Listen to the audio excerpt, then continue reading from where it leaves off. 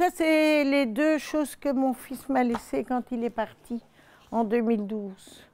C'est le Coran et dialogue entre un chrétien et un musulman. Ça représente quoi pour vous? Ben, ça représente lui, ça le représente lui. C'est son combat. Et ça représente aussi une demande de ma part de réfléchir parce qu'il aurait bien souhaité que je me convertisse à l'islam, ce que je ne veux pas.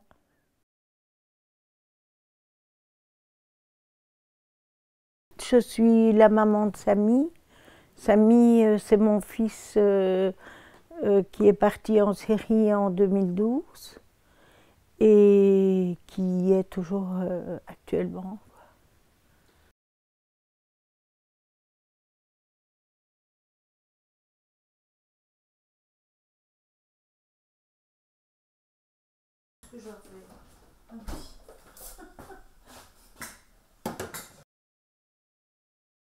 Il y a 15 ans, il y a 20 ans, c'était pas comme ça. Ici, les gens venaient juste pour s'amuser à Molenbeek.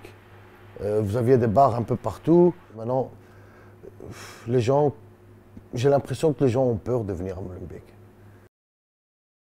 Il y a eu petit à petit, au cours de ces dernières années, cette dernière décennie, un fondamentalisme quand même qui est apparu dans certains quartiers.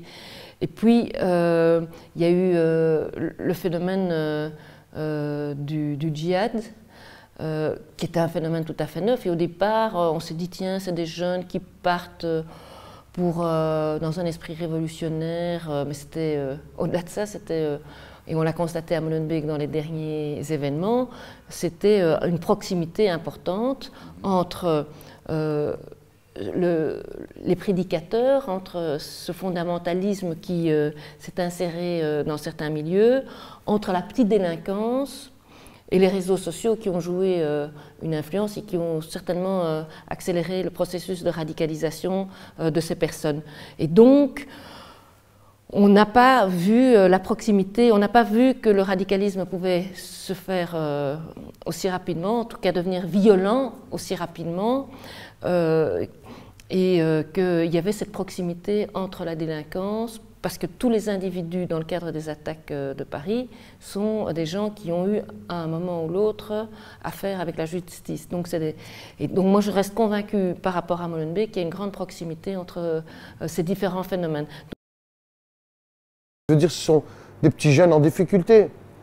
Bon, ça, comme tous les jeunes, ça vole, ça boit, ça fume, ça fait un peu des conneries. C'est là où je dis le mot délinquant.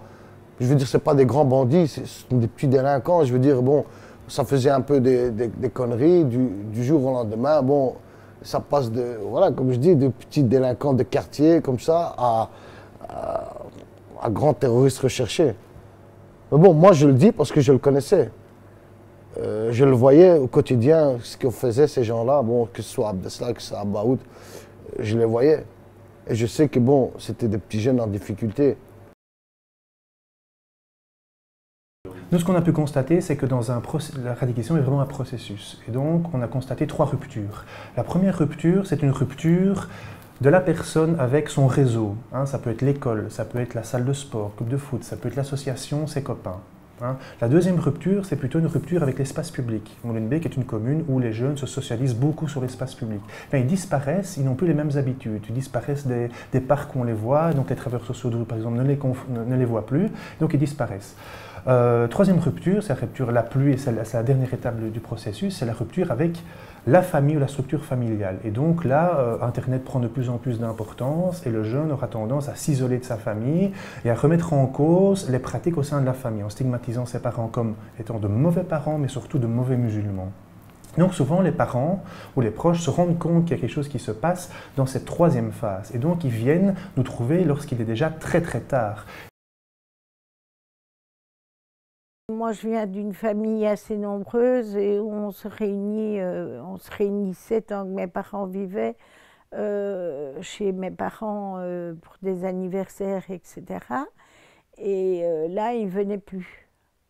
À un moment donné, il a dit, moi je viens plus, d'abord, moi je mange plus cette nourriture-là, moi je mange halal, donc c'était pas halal pour lui. Et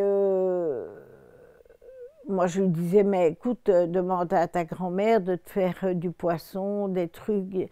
Bon, il y avait déjà toute cette démarche de retrait vis-à-vis de nous. Qui s'opérait et c'était assez dur. Parfois, je mettais 3 jours pour lui demander de venir à un anniversaire. Un jour, il me dit, maman, je donne à manger aux pauvres le samedi ou en semaine. Non, je crois que c'était le samedi après-midi. On va distribuer avec un copain de la nourriture aux pauvres. Qu'est-ce qu'une mère dit dans des cas-là, c'est magnifique, etc. Mais ce que je ne savais pas, c'était, comme je dis à tous, l'antichambre de la radicalisation. Parce que le gars à qui il donnait, avec qui il donnait la nourriture, etc., c'était un recruteur qui maintenant est encore en prison. Et je me suis d'ailleurs constituée partie civile contre ce monsieur parce que je ne veux pas que... Il a fait du mal à mon fils en le recrutant. Il doit payer ses actes. Oui, il aimait chanter, il composait ses chansons, il faisait du rap avec ses copains. Ou alors il a fait un peu de foot, mais très peu, parce qu'il n'avait pas la carrure du footballiste. Très sociable, très gentil, il n'avait aucun problème au niveau scolaire. J'ai jamais été appelée à l'école pour des soucis scolaires, bien au contraire. Un bon vivant, il aimait bien manger. Le jour avant son départ, il est venu m'accompagner parce que c'est moi qui partais en Allemagne. J'allais voir ma famille là-bas et il m'a accompagnée à la gare du Nord et on s'est dit au revoir et il est parti de son côté et moi du mien. Et puis c'était fini, je ne l'ai plus jamais vu, quoi. Il y a tout d'abord l'approche religieuse. Il faut pouvoir expliquer aux travailleurs de terrain quel est le discours de Daesh, qu'est-ce qu'ils inculquent aux jeunes, comment est-ce qu'ils les radicalisent et quels sont vraiment les éléments de la religion musulmane ou de l'islam qui peuvent être prégnants pour comprendre comment un jeune se radicalise. Vraiment, la religion est un épiphénomène dans le phénomène de la radicalisation et dans le processus. Donc à côté de ça, on a travaillé aussi sur la question identitaire. On constate essentiellement que, en tout cas chez les jeunes, c'est essentiellement un problème d'identité et de rupture identitaire à un moment donné qui va impliquer de s'engager dans un processus de radicalisation. Alors ici, comme vous voyez, tout a été refait, il n'y a rien qui reste. On a eu toutes les autorisations des pompiers, de la commune, tout. Comme vous voyez ici, voilà, comme vous voyez ici, si on veut un petit peu, c'est un bureau. Et ce bureau-là, il nous sert tout le matériel, ce qui est électronique et tout ça, se trouve ici. Vous avez les commandes, par exemple, ici, où on peut visionner par exemple sur ce qui est en haut. D'ici, on peut le voir. Puis vous avez ici, ça on n'avait pas. Ça, les caméras, on les a installées qu'après les événements qui se sont passés. Parce qu'on s'est dit, bon, on doit faire beaucoup plus attention, vous voyez. Ici, on voit la porte d'entrée. Là, c'est la même chose. Et là, vous avez la salle d'ablution. Voilà. Les prêches de l'imam du vendredi sont enregistrés. Et pourquoi? Voilà. Pourquoi? Parce que on ne sait jamais, parce qu'on entend beaucoup de rumeurs qu'il y a des mosquées où on prêche la haine, la violence, des trucs comme ça. Alors, moi je dis, si un jour il arrive quoi que ce soit, ou que l'État nous pointe du doigt à dire la mosquée Badr, on leur montrera nos prêches. Parce que dans nos prêches, c'est les prêches normaux.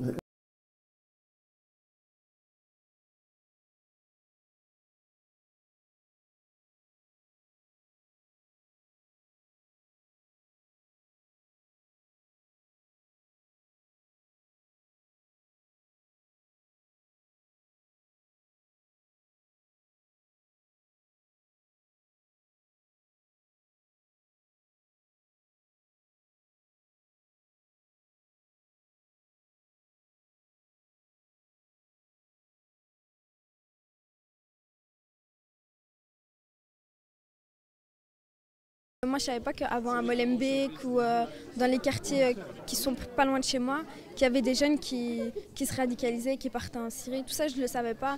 Moi, j'étais dans ma petite bulle et tout. Et grâce à tout ça, on en apprend beaucoup plus. Et maintenant, oui, quand je vais dans la rue, de ça, j'ai une autre vision de ce que les médias me disaient. J'en ai une autre. En fait, c'est quand mon éducateur m'a parlé des parents, c'est là que je me suis dit, ah ouais, on ne pense pas vraiment à eux, et donc c'est le bon moment pour venir et essayer de comprendre. Il y a eu dans un premier temps énormément de questionnements sur qu'est-ce qui fait qu'on se radicalise, qu'est-ce qui fait qu'on passe à l'acte, qu'on devient des terroristes, et puis des débats qui sont très vite déplacés vers qui je suis. Est-ce que je suis, parce que c'est des jeunes qui ont une double appartenance, mais qui sont belges avant tout, et qui essaient de se positionner sur leur rôle en tant que citoyen. Est-ce que je suis un citoyen de premier ordre? Est-ce que je suis un citoyen de seconde zone? Est-ce que je suis belgo-marocain? Est-ce que je suis belge à part entière? Et c'est comme ça qu'on doit me considérer. Donc on essaie de travailler sur ces thématiques-là.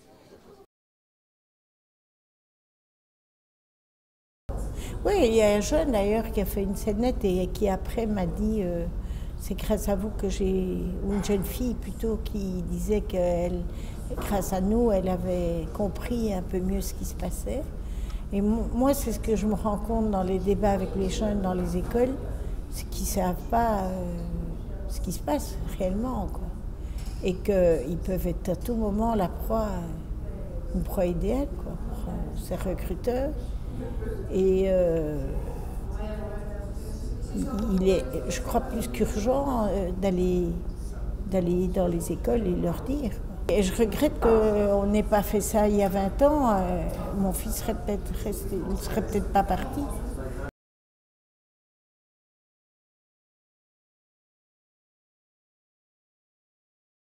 Pour vous, le combat continue? Ben oui, il continue, mais j'espère aussi que les pouvoirs publics vont se rendre compte qu'ils ont une part de responsabilité aussi dans tout ce travail d'accompagnement tant des familles que des jeunes dans cette lutte, quoi. Parce que nous, on devrait presque dire ne plus jamais ça. Plus jamais de jeunes qui partent. C'est ça un peu, moi, ce qui m'anime, quoi. Parce que quand je vois ma douleur, j'ai pas envie que d'autres mères la vivent.